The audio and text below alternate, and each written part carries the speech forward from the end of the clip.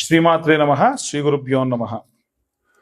మనం ఇన్ని రోజుల నుంచి కూడా ఏ మాసానికి తగ్గట్టుగా అంటే ఏ నెలకు తగ్గట్టుగా ఆ నెల రెమెడీస్ చెప్తూ ఉన్నాం. అలాగే ప్రతి నెల మనం ఏం పూజలు చేయాలో చెప్తున్నాం. కానీ సాధారణంగా ఏంటంటే ప్రతి ఒక్కళ్ళకి ఒక రాశి ఉంటుంది. ఆ రాశి వారికి ప్రత్యేకంగా కొన్ని నక్షత్రాలు ఉంటాయి. ఉదాహరణకు నాది తులారాశి. మరి తులారాశిలో నా నక్షత్రం ఏంటి అంటే స్వాతి నక్షత్రం. సో ఇవి ఎందుకు చెప్తున్నాను అంటే పాపం చాలా మంది వాళ్ళ యొక్క పేర్లు మాత్రమే తెలుసు. ఆ పేర్లు ఉన్నటువంటి వాళ్ళు ఎవరైతే ఉంటారో వాళ్ళు ఏం చేయాలి మరి? ఈ డేట్ ఆఫ్ బర్త్లు టైంలు లేవు. అలాంటి వాళ్ళ కోసం ప్రత్యేకంగా చేసేటువంటి వీడియో ఇది.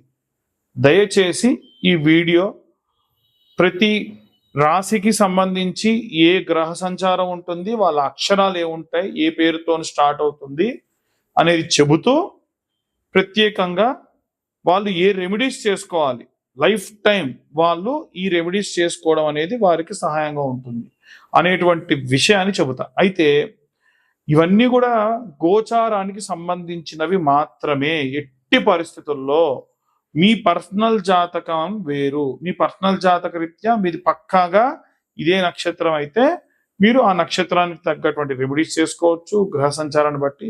నేను ఇప్పుడు చెప్పేది బేసిక్ రెమెడీ అన్నమాట. కాబట్టి లేదండి నాకు పూర్తి జాతకం కావాలి, నా పేరేంటి, డేట్ ఆఫ్ బర్త్ ఏంటి, టైం ఏంటి కావాలి అనుకున్న వాళ్ళు ఎవరైనా సరే 2025 రూపాయలు కడితే వాళ్ళకి పూర్తి జాతకం ఇస్తా.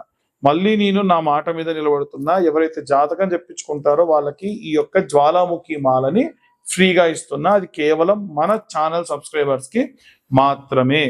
ఎట్టి పరిస్థితులలో ఈ వీడియో ఎవరైతే చూస్తున్నారో వాళ్ళు నాకు వీడియో షేర్ చేసి 2025 రూపాయలు కట్టి జాతకం చెప్పించుకుంటే వాళ్ళకి ఈ జ్వాలాముఖి మాల ఇస్తా.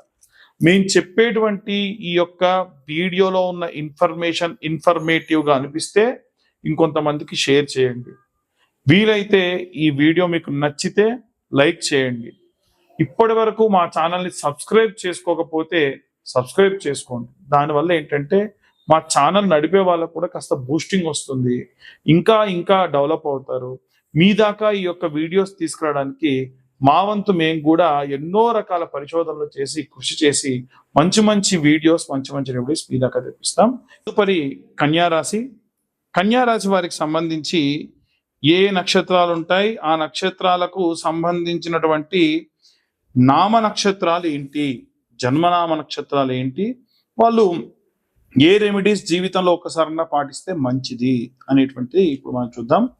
కన్యారాశి వారికి సంబంధించి ఉత్తర నక్షత్రం 2, 3, 4 పాదాలు. రెండో పాదానికి వచ్చేసి టో అనే అక్షరం, మూడో పాదం పా అనే అక్షరం, నాలుగవ పాదం వచ్చేసి పి అనే అక్షరం, పాపయ్య. అలాగే ఇలా కొన్ని పేర్లు ఉంటాయి కాబట్టి వారికి ఈ నక్షత్రాలు వర్తిస్తాయి. హస్తా నక్షత్రం 1, 2, 3, 4 పాదాల్లో ఉన్నటువంటి వారికి ఒకటో పాదం పు అనే అక్షరం, రెండవ పాదం షం అనే అక్షరం, మూడవ పాదం నా అనా అనే అక్షరం, నాలుగవ పాదం ఢ అనే అక్షరం. చిత్తా నక్షత్రం 1, 2 పాదాల వారికి వచ్చేసరికి పే అనే అక్షరం, పో అనే అక్షరం. ఈ 3 నక్షత్రాల్లో విశేషమైనటువంటి నక్షత్రాలు 2 ఏమిటండి అవంటే ఉత్తర ఫల్గుని, అలాగే ఈ యొక్క చిత్తా నక్షత్రం. ఎందుకు ఈ 2 చాలా విశేషం అంటే చైత్ర మాసంలో ఎప్పుడైతే చిత్తా నక్షత్రం పౌర్ణమి రోజు వస్తే అది చైత్ర మాసం, అంటే ఒక మాసానికి పేరు తెచ్చేటువంటి నక్షత్రం. మరి ఉత్తరా ఫల్గుని అంటే ఉత్తరా ఫల్గుని కూడా ఉత్తరా ఫల్గుని కానీ పూర్వా ఫల్గుని కానీ పుబ్బా నక్షత్రం కానీ ఉత్తరా ఫల్గుని నక్షత్రం కూడా వీరు ఎప్పుడైతే పౌర్ణమి తిథి నాడు గనక అవి గనక వస్తే ఆ నక్షత్రాలు వస్తే ఆ యొక్క మాసానికి ఫల్గుని నక్షత్రం అనేటువంటి వస్తుంది.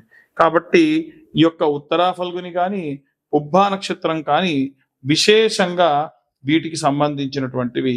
వీరు ఏ రెమెడీస్ పాటించాలి అనే విషయాన్ని ఇప్పుడు మనం తెలుసుకున్నట్టయితే ఈ యొక్క ఉత్తర నక్షత్రం వాళ్ళు అంతకు మునిపే చెప్పుకున్నాం, దేవాలయంలో ఉన్నటువంటి ధర్మకర్తలకి ధాన్యము గాని ధనము గాని దేవాలయ సంరక్షణ కొరకు ఇచ్చిన లేదా ఏదైనా దేవాలయానికి భూమి రాసిచ్చిన వీరికి విశేషమైన సత్ఫలితాలు పొందుతారు. జీవితకాలంలో ఈ ఒక్కటి చేస్తే చాలన్నమాట.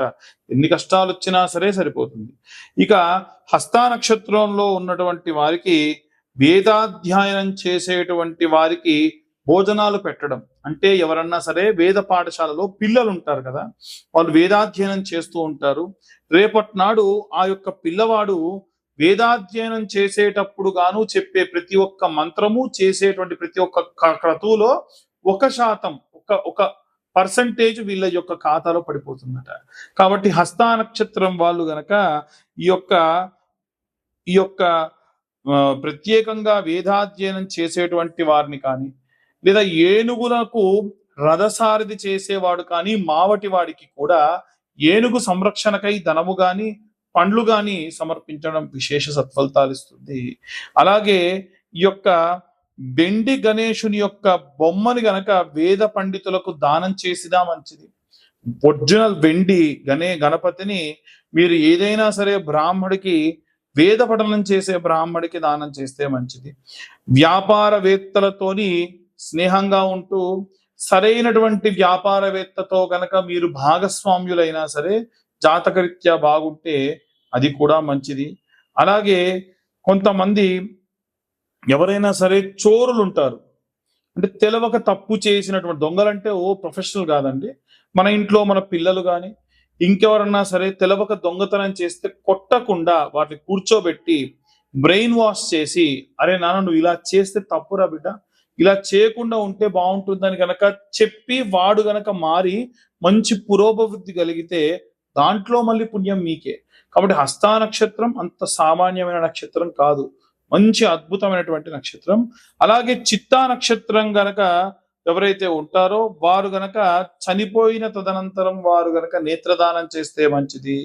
అలాగే నేత చేసేటువంటి వాళ్ళు ఎవరైతే ఉంటారో వారికి ధన సహాయం చేస్తే మంచిది. అలాగే చేనేత వస్తువుల్ని గనక బ్రాహ్మణోత్తములకు దానం చేసినా మంచిది. పాటలు పాడే వారికి, ఆభరణములు చేసే వారికి, అలంకారం చేసేటువంటి వారికి, రచయితలకు గనక భోజనాదులు పెట్టిన చిత్తా నక్షత్రం వారికి మంచిది. సుగంధ ద్రవ్యములు ఎర్రటి వస్త్రంలో గనక పెట్టి అమ్మవారికి సమర్పించిన ఈ చిత్తా నక్షత్రం వారికి విశేషమైనటువంటి సత్ఫలితాలు పొందవచ్చు.